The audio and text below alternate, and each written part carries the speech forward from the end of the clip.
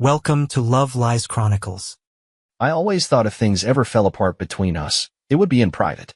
Maybe a tearful conversation late at night. Maybe silence growing heavier over time until we both quietly admitted it was over. But no, not with Olivia. She made a show of it. The thing is, I never expected to marry someone who needed an audience. I met Olivia at a tech networking event 8 years ago. She was smart, sharp, and disarmingly confident. The kind of woman who made everyone in the room feel like they should listen when she spoke. Back then, I admired that about her. Now, that same quality made her cruel in ways I couldn't have predicted. Lately, things had been off. I chalked it up to stress, work, or just the slow erosion that happens in long-term marriages. But then she started mocking me. Not in private, no. She started doing it in little ways when we were out with friends, coworkers, neighbors. Slipping in sharp little jabs like, I don't let him near the finances, or he's great with DIY stuff, as long as it's digital duct tape. At first, I laughed along. I didn't want to be that guy. The overly sensitive one who couldn't take a joke. But it wasn't joking. It was the tone. That satisfied smirk she'd wear when others laughed. The way she looked not at me, but at him, David. David was her new project manager. The new golden boy in her department. Slick hair. Always overdressed. Always a little too familiar with her. I didn't want to be jealous. Jealousy is messy. And in my experience, when you express suspicion without proof, you look paranoid. But something about him crawled under my skin. He didn't just act like a friend. He acted like a man who thought he belonged next to her. I didn't say anything. Not at first. Then came the dinner. It was a Friday. Olivia hosted a little celebration dinner at a local upscale restaurant to commemorate her team finishing a major product launch. She insisted I come. You've been so quiet lately, she said, touching my arm. You should meet the people I spend half my life with. The people. Not just David. I didn't want to go, but I went. Call it curiosity. Call it wanting to know just how far she was willing to go. We arrived late. On purpose.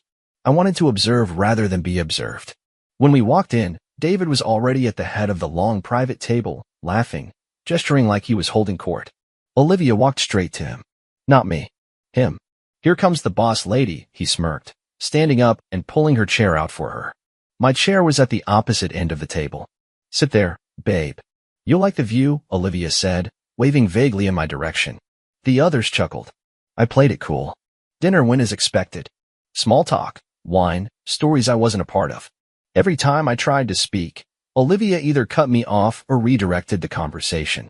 David loved it.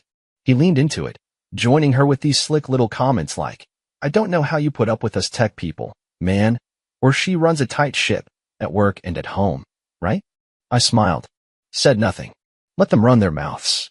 And then came the kicker. Dessert had just been served when Olivia raised her glass and tapped it with a spoon. Okay, I want to make a toast, she said, standing up. To my amazing team. Especially David. I've never had a project manager handle chaos with so much poise. She turned to him, her eyes glinting. You've made this year exciting in ways I didn't think possible. David chuckled, leaned back in his chair, and glanced at me. And to Olivia's husband, he added with a smirk, raising his glass toward me. The man who lets us borrow her brilliance. I don't know how you do it, man. I'd be too possessive to share someone like that. Everyone laughed. Everyone except me. Olivia placed a hand on his shoulder, still holding her glass. Oh, don't worry. He's very secure. Aren't you, babe? The laughter stung more than the words. I locked eyes with her. Just for a second. She held the gaze, daring me to react. But I didn't. I smiled, lifted my glass, and toasted back. To brilliant people, and to knowing when to keep your mouth shut. Some of them laughed again, awkwardly this time. David didn't. Because the moment he raised his glass, he made a mistake. A small one, but one I'd been waiting for. He called the CEO of his firm by the wrong first name. A name not many people outside the inner circle would know. Except, David wasn't supposed to know the CEO on a first-name basis at all. According to LinkedIn, David was just a contractor. A 2-month hire. A strategic temp, they called it. But Olivia had introduced him as a senior PM. Something didn't add up. That slip? It was enough. They didn't see it. But I did. And I knew, right then and there, that they had just given me the opening I needed. The thing about David's mistake, the CEO name slip, was that it wasn't just a small detail. It was an inconsistency, one of many I'd already logged in the back of my mind. But this one connected dots. Because here's the truth. By the time that dinner happened, I was already watching them. Not openly. I didn't go the cliché route of hiring a PI or installing spyware. I didn't need to. Olivia was careless, and David was arrogant. Arrogant people always leave fingerprints. They just assume no one's looking. But I was. Quietly. For weeks. The first red flag had come from a work event she said she was attending.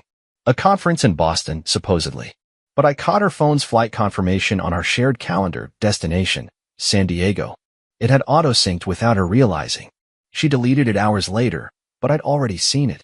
When I asked about the event the next day, she gave me some vague summary and told me not to bore her with logistics talk. The second flag? A shared Lyft receipt I got billed for. She forgot her work card and used our account. The pickup was from a bar nowhere near her office. Drop-off? A residential building. Not ours. But I said nothing. Why? Because I was listening. Not just to her, but to how people around her reacted. I started picking up on small things her friends let slip. One even asked me, drunkenly at a wedding, "So, how's it going with Olivia and her little work buddy?" I didn't even blink. Just smiled. "Oh, you mean David? Great guy." It was only then I noticed the hesitation in her friend's eyes. The quick sip of champagne. The shift in posture. People reveal more when you don't react. And so, I started preparing. Slowly, methodically. I pulled David's professional record. Easy enough when you know what databases to check. A friend of mine in HR owed me a favor, technically not legal, sure, but like I said, I wasn't going to confront them with emotion.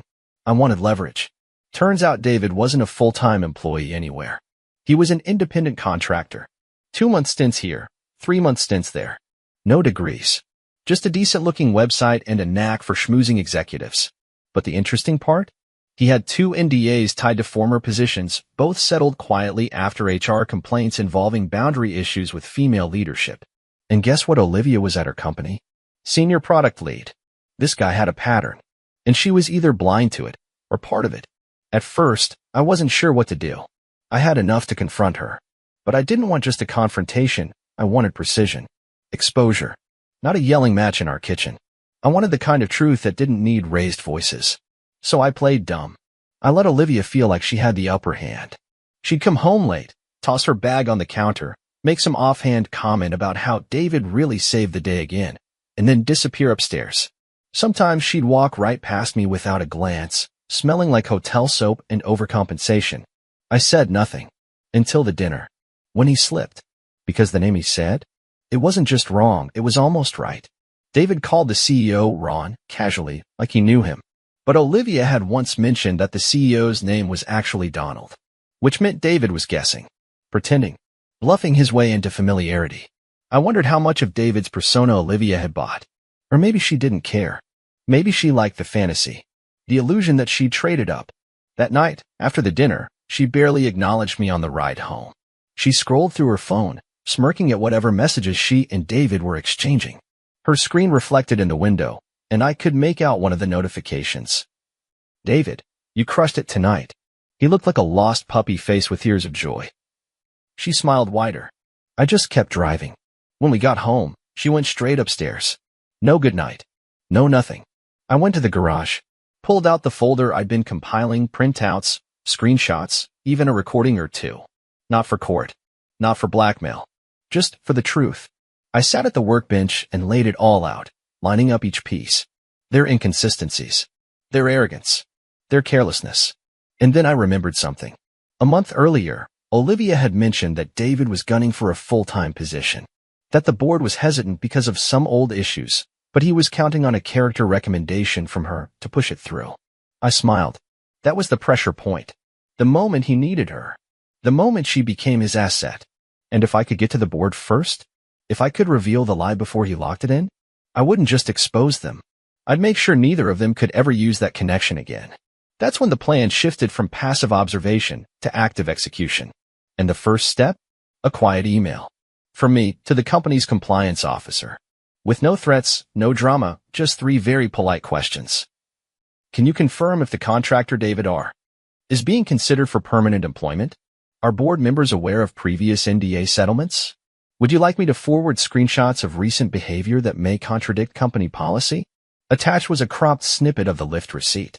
It was subtle, impersonal. No need to say I was the husband. I had sinned, sat back, and waited. It took less than 36 hours for the first crack to show. I wasn't expecting fireworks. I didn't want fireworks. I wanted the quiet sort of chaos, the kind that starts as a low hum and then crawls into every conversation, every hallway, every inbox. The kind of tension people feel but can't name. The kind that makes someone like David sweat through a button-up shirt in an air-conditioned boardroom. It started with a forwarded email. The compliance officer had looped in the head of HR, who politely thanked me for my concern and documentation and assured me the matter would be reviewed. Cold. Clinical. Exactly the tone I was hoping for. I didn't reply. I didn't need to. Olivia came home 2 nights later in a mood I hadn't seen since our early days. Agitated, distracted, not with me, but with everything around her. She walked in, dropped her keys on the counter, missed the dish completely, and snapped. God, I need a drink. I didn't move. Just watched her pour a glass of wine, then another before the first was done. You good? I asked, feigning casual interest. She looked at me, eyes slightly glassy, and said, David's in some shit. Oh. I tilted my head, like I was trying to keep up. She leaned against the counter. HR pulled him in today. Something about his past contracts. It's total crap. Probably just office politics. Some board member trying to flex or play safe. I nodded, waited. Then, what did they say? Nothing directly. She waved her hand. Just vague stuff. Questions. They're always careful. But he's rattled. Her voice was sharp, defensive. Not concerned like a coworker, but panicked like someone with skin in the game. He'll be fine, I said. Guys like that always land on their feet. She gave me a look, somewhere between confusion and suspicion, like she couldn't decide if I was being sincere or sarcastic. I just smiled. Wine's good tonight? She muttered something and left the room. The next morning, I forwarded the rest of the documentation anonymously. The printout of the NDA summaries. A timeline of his contractor shuffle. A few social media screenshots that clearly showed David posting company-sensitive updates weeks before any official announcements. HR wouldn't need much more. David had built his career on charm and ambiguity. But in a corporate world, HR doesn't care about charisma. They care about liability. And he had just become one. Olivia didn't go into the office the next 2 days. Said she was working remote. I didn't ask questions. But I knew. I knew something had happened. And then, that Friday night, the moment came. We were at a colleague's housewarming, one of Olivia's close work friends, Dana. I wasn't going to go, but Olivia insisted, like she needed to prove everything was fine. Like dragging me into her curated social circle would somehow reset the narrative. But the energy in the room was off. People weren't swarming around her like they usually did. Conversations paused when we got close. David wasn't there. And Dana, usually chatty and overfamiliar, avoided eye contact the whole evening. I stood by the bar, swirling a glass of bourbon, watching it all unfold. Then Olivia pulled me aside. We need to talk, she hissed under her breath. I followed her outside, onto the patio, where the string lights buzzed gently over an empty table. She spun around the second we stepped into the night air. Did you say something to someone? My expression didn't change. About what? Don't play dumb, she snapped. You've been quiet for weeks.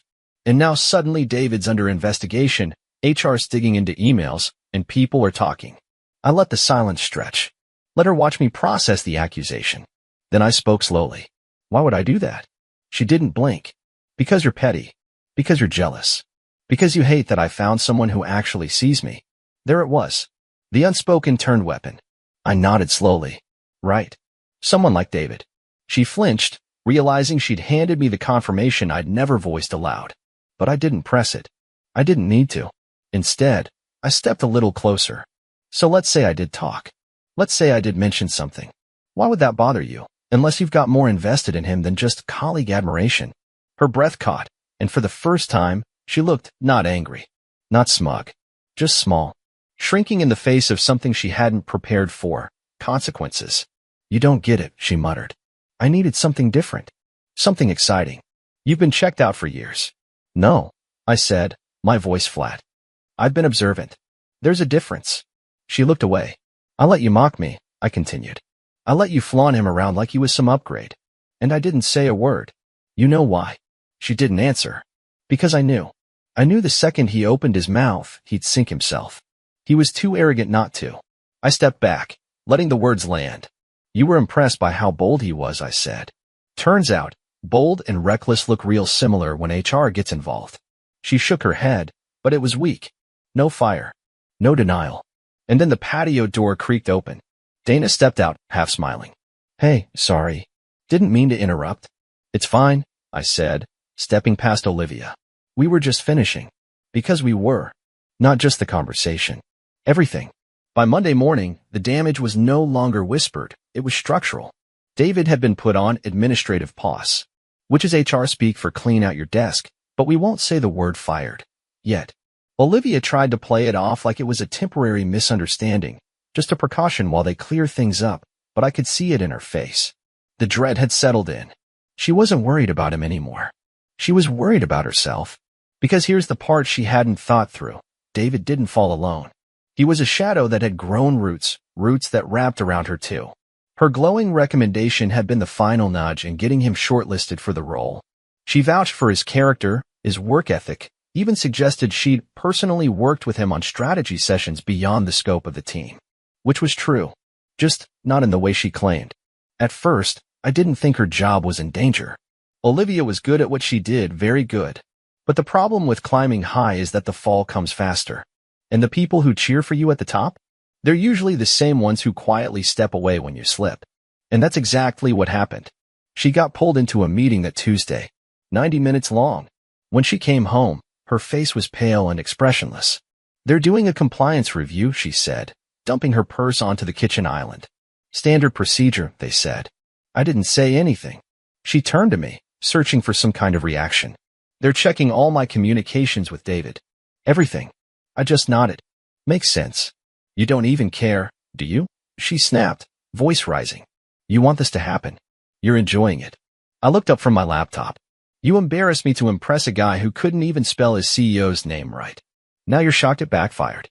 Her mouth opened, then shut. She had nothing. That night, while she sat alone in the living room staring at her wine glass like it owed her an apology, I got a text from Dana. Can we talk? I didn't know how bad it was until the other night. I owe you something. I met her the next day at a little coffee shop downtown. She didn't waste time. I'm sorry, she said the moment I sat down. I knew something was off with them. I just didn't want to believe it. I raised an eyebrow. With Olivia and David? Dana nodded. She confided in me, early on. Said it wasn't physical, just emotional. That he'd got her, in a way I wouldn't understand. But once you start covering for someone. Her voice trailed off. She said that. I asked, even though I already knew the answer. She said you were cold, disengaged, boring. There it was. The narrative. I wanted to believe her, Dana admitted. But after seeing you the other night and seeing her panic, I realized she didn't just cheat. She built a whole story around it. Made herself the victim before she even got caught. I nodded slowly. She needed a villain. Dana looked at me, her expression soft. And you played the part so well. Quiet. Dignified. Honestly, it made everyone uncomfortable. I almost laughed. People like their betrayals with fireworks. Not spreadsheets and strategy. Dana reached into her bag and slid something across the table, an envelope. She gave me this a month ago. Told me to hang on to it, just in case. She thought she might leave you. Said she wanted someone to have a copy, just in case she needed a witness. I opened the envelope. Inside was a printed letter, half diary entry, half legal justification. In it, Olivia had outlined how emotionally abandoned she'd felt, how David was a support system, and how she feared retaliation if I found out. I read it slowly, then folded it back into the envelope. Thank you, I said. Dana hesitated. What are you going to do? I met her eyes. Exactly what I've been doing. Letting her do it to herself. The next few days, the silence in the house grew louder. Olivia didn't speak much. She moved like someone trying to walk without being noticed in her own home. I could tell she expected me to lash out, to scream, to make a scene, but I wasn't giving her that. What I gave her instead was distance. No more checking in. No more how was your day. No more carrying the emotional weight so she could float in and out untouched. I even started sleeping in the guest room. No announcement. No reason offered. Just absence.